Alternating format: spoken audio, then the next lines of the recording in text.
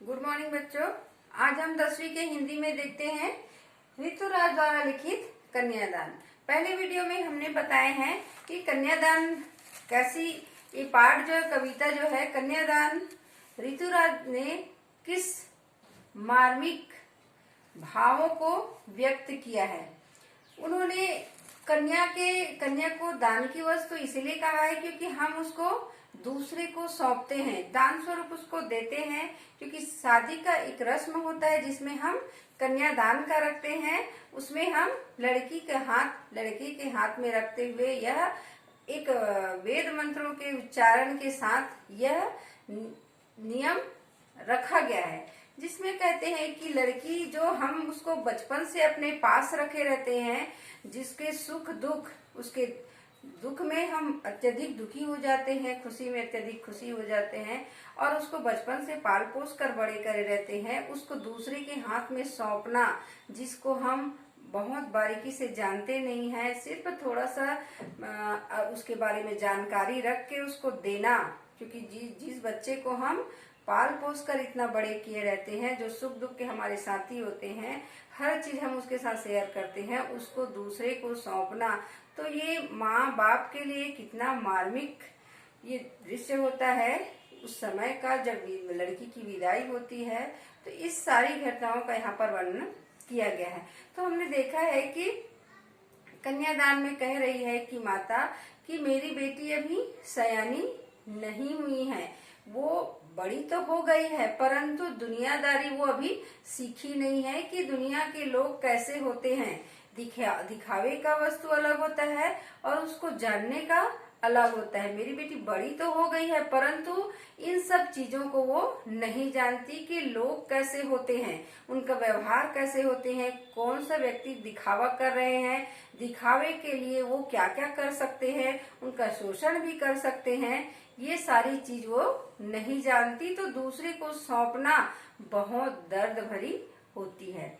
तो इसमें कहा गया है कि माँ ने कहा पानी में झांक कर अपने चेहरे पर मत रिझना, आग रोटियां सेकने के लिए है, जलने के लिए नहीं।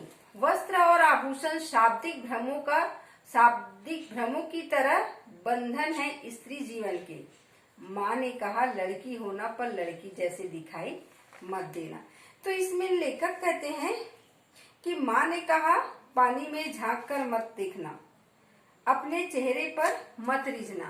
कहते हैं कि माँ अपनी बेटी को यह सीख दे रही है कि पानी में झांक कर कभी अपने चेहरे पर मत देखना। कोई जो होते हैं अपनी सुंदरता, जो दूसरे भी बड़ाई करते हैं कि बहुत सुंदर हो, बहुत सुंदर हो, आपका तारीफ करते जाएंगे और आपसे काम लेते जाएंगे। आपको बहुत तारीफ कर करके आपको फुलो देंगे, फिर उसके बाद आपसे काम लेते जाएंगे। तो उसी को माँ जो है अपनी बेटी को समझा रही है कि तुम अपने चेहरे पर रिझ कर मत रहना, अपनी सुंदरता पर रिझ कर मत रहना। लोग तुम्हारी सुंदरता की तारीफ करेंगे और तुमसे काम करवाते जाएंगे, तुम्हारा शोषण होता रहेगा। तो तुम इन बातों को समझना, अपने सुंदरता पर मोहित होकर रिझ कर दूसरों के शोषण को सहना मत। और कह रहे हैं कि आग रोटियां सेकने के लिए होती है, जलने के लिए नहीं। माँ कहती है कि जो आग जो होती है वो खाना बनाने के लिए होता है, रोटियां सेकने के लिए होता है, खुद को जलकर मरने के लिए नहीं होता। जो भी आपके पास समस्या आती है तो उस समस्या को लड़ने की क्षमता आप में होनी चाहिए, न कि अपने आप को मारने का। जो भी समस्या है उसे लड़ो, डटकर मुकाबला करो, उसमें मरने का कोई सोचने की भी जरूरत नहीं है, क्योंकि ये बुज़दिलों का काम है। तो जलने के लिए आप नहीं बने हो, समस्या का समाधान करो, लड़ो, अपने हक के लिए लड़ो। वस्त्र और आभूषण शाब्दिक भ्रमों की तरह बंधन है स्त्री जीवन का। कह रहे हैं कि जो वस्त्र और आभूषण होते हैं, जो आपको वहां जाने के बाद दिया जाएगा, आप वहां पर जाओगे, नहीं बहू की तौर पर जाओगे तो वहां पर आपको नए नए वस्त्र देंगे, आभूषण देंगे, आपको मोहने के लिए है, मोहित करने के लिए। तो उस आभूषण को लेकर आप मोहित मत हो जाना, क्योंकि आप वहां पर रहने के लिए, शोषण कर लेने के लिए बहुत है। आप उसको समझना, ये भ्रम में मत पड़ना, क्योंकि आपको वहां रहना है, उनको समझना है, अपने मान मर्यादा को नहीं छोड़ना है, अपने जो मैके का, ससुराल का धर्म निभाना है, किसी की इज्जत करना वो नहीं छोड़ना है, परंतु अपना शोषण भी नहीं कराना है। तो ये जो बंधन होता है, लड़कियों को अपनी खूबसूरती पर थोड़ा सा गर्व होता है, या उनको वस्त्र आभूषण का मोह रहता है, तो अगर आपको कोई आभूषण और वस्त्र देते हैं तो उसके लालच में पड़कर अपना शोषण नहीं कराना है। माँ ने कहा लड़की होना पर लड़की जैसे दिखाई मत देना, लड़की हो पर लड़की जैसे दिखाई मत देना, अपनी जवाबदारी, अपनी जिम्मेदारी को समझना है।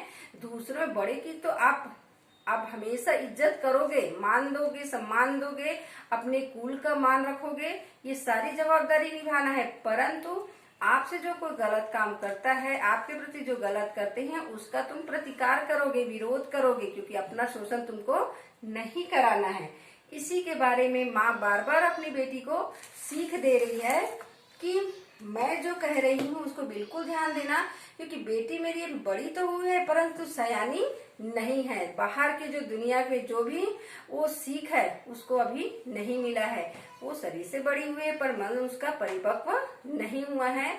जो बाहर लोग जो होते हैं, बुरा काम करते हैं, वो सब उनको जानने नहीं आता।